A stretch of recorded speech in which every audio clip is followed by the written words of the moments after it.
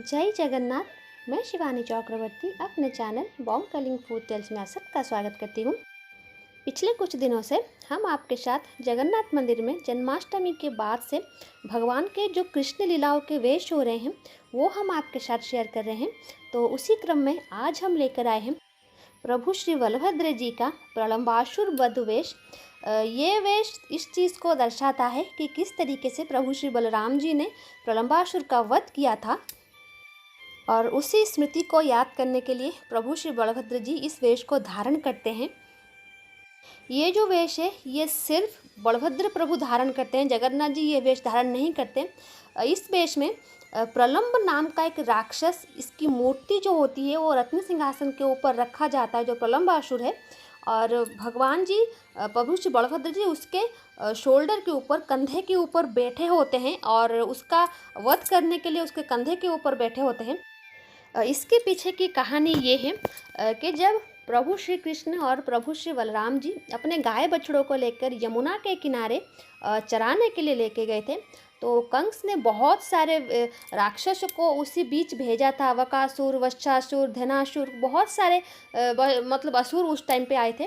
तो कृष्ण भगवान ने बहुत सारे असुरों का वध किया था, लेकिन जो प्रलंबासुर था उसका जो वध है वो प्रभु श्री बलराम जी ने किया था। इसके पीछे की कहानी ये है जे कि प्रभु श्री कृष्ण जी और प्रभु श्री बलराम जी अपने गाय बछड़ों को लेकर नदी के किनारे चराने के लिए गए थे, और वहाँ पर वो भांति भांति के खेल करतब करते थे, बहुत सारे खेल खेलते थे क्योंकि उन्हें दिन भर वहाँ पर रहना पड़ता था।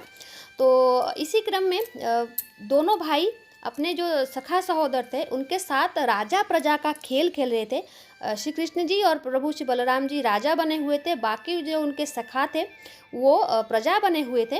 तो इसी बीच प्रलंबासुर ने वेश बदलकर, जिसको कि कंस ने भेजा था, वो वेश बदलकर उनके सखा के रूप में उनके दल में शामिल हो गया ताकि वो प्रभु श्री कृष्ण का वध कर सके। लेकिन प्रभु श्री कृष्ण को ये बात पता थी और प्रभु श्री बलराम जी को भी ये बात पता थी। तो उसकी वजह से उन्होंने खेल का एक नियम बनाया कि जो दोनों कुश्ती लड़ेंगे, दो दो के दल में कुश्ती लड़ेंगे, जो हारेगा जीतने वाले को कंधे के ऊपर बिठाकर उसको घुमाना पड़ेगा।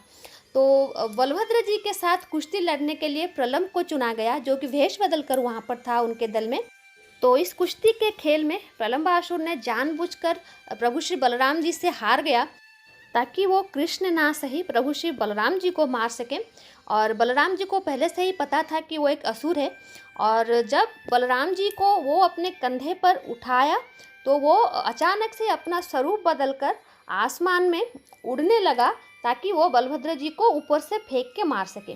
तो परंतु उसके कंधे पर बैठे प्रभु श्री बलभद्र जी को तो पहले से पता था कि वो असुर है, और उसने अपने दोनों जांघों को उसके गले में जकड़ लिया, और जो हल मुशल, जो प्रभु श्री बलभद्र जी का आयुध होता है, उसी से उसके मस्तक के ऊपर जोर से प्रहार किया, और उसका जो सर था, मस्तक था, वो 100 टुकड़ों में विभाजित हो गया और प्रलंबासुर का वध वहाँ पर हो गया। और उसी स्मृति को याद करने के लिए यहाँ पर भगवान की जो भी बाल्य लीलाएँ वहाँ पर हुई थी श्री कृष्ण बलराम की, वो सारी यहाँ पर प्रदर्शित की जाती हैं। तो उसी क्रम में जो त्रयोदशी थी उस दिन प्रभु श्री बलराम जी प्रलंबासुर वध का वेश धारण करते हैं। इसमें प्रलंबासुर का एक प्रतिकृति, जो हरे रंग के कपड़े से बना हुआ एक प्रतिकृति रखा जाता है प्रभु श्री बलभद्र जी के चरणों में, और जो उसके ऊपर कंधे के ऊपर पैर बनाकर भी रखा जाता है, जिस तरीके से दिख सके कि प्रभु श्री बलभद्र जी प्रलंबासुर के ऊपर बैठे हैं, उसके कंधे के ऊपर बैठे हैं उसका वध करने के लिए। और जो पुष्पालक सेवायत होते हैं वो भगवान को इस रूप में सजाते हैं। जन्माष्टमी के बाद से जो भी वेश रत्न सिंहासन के ऊपर प्रभु श्री जगन्नाथ और प्रभु श्री बलभद्र जी के होते हैं, और वही प्रक्रिया नाट्य रूपांतर के रूप में भी मंदिर के बाहर प्रदर्शित की जाती है। तो प्रलंबासुर का वध भी नाट्य रूपांतर के रूप में प्रदर्शित किया जाता है, लेकिन ये इसको प्रदर्शित करते हैं पुरी के जो अखाड़े होते हैं, वहाँ के जो कलाकार होते हैं वो प्रदर्शित करते हैं। एक कलाकार प्रलंबासुर के स्वरूप में उसके अटायर में आता है, आप देख सकते हैं इस साल का ये प्रलंबासुर बने थे। तो प्रलंबासुर के रूप में आते हैं। उनके साथ कृष्ण बलराम भी आते हैं। 2 छोटे-छोटे बच्चे होते हैं, उनको कृष्ण और बलराम के रूप में दिखाया जाता है, क्योंकि वो तो आए थे श्री कृष्ण जी को मारने के लिए, लेकिन मारे गए दाऊ श्री बलराम जी के हाथ में। तो बलराम जी का यहाँ पर ज़्यादा काम होता है। तो 2 छोटे-छोटे बच्चे होते हैं जो कृष्ण बलराम के रूप में आते हैं और उसके बाद वहाँ पर वो प्रलंबासुर का वध करते हैं। लेकिन ये जो प्रक्रिया होती है, ये जो नाट्य रूपांतर होता है, वो बड़ोदंड के ऊपर भी होता है और जगन्नाथ मंदिर के अंदर भी होता है। जब श्री बलराम जी प्रलंबासुर का वध कर देते हैं, उसके बाद ये नाट्य रूपांतर समाप्त होता है। ये सब चीज़ें चर्म चक्षु में देखना बहुत अच्छा लगता है। आप वो उस समय फ़ील करेंगे कि आप द्वापर युग में हैं, वो उस कृष्ण बलराम जी के उस बाल लीला का आनंद ले रहे हैं। और इसको देखने के लिए तो आपको पूरी आना पड़ेगा। अगर आप देखना चाहते हैं तो अगले साल ज़रूर जन्माष्टमी के समय यहाँ पर आइए और 4-5 दिन रहिए। तो ये सारे वेश का भी आनंद लीजिए और नाट्य रूपांतरों का भी आनंद लीजिए। और प्रभु जी का नेक्स्ट जो वेश है वो है कृष्ण बलराम वेश, उसके ऊपर भी हम छोटा सा वीडियो बनाएंगे। तो तब तक रहते हैं।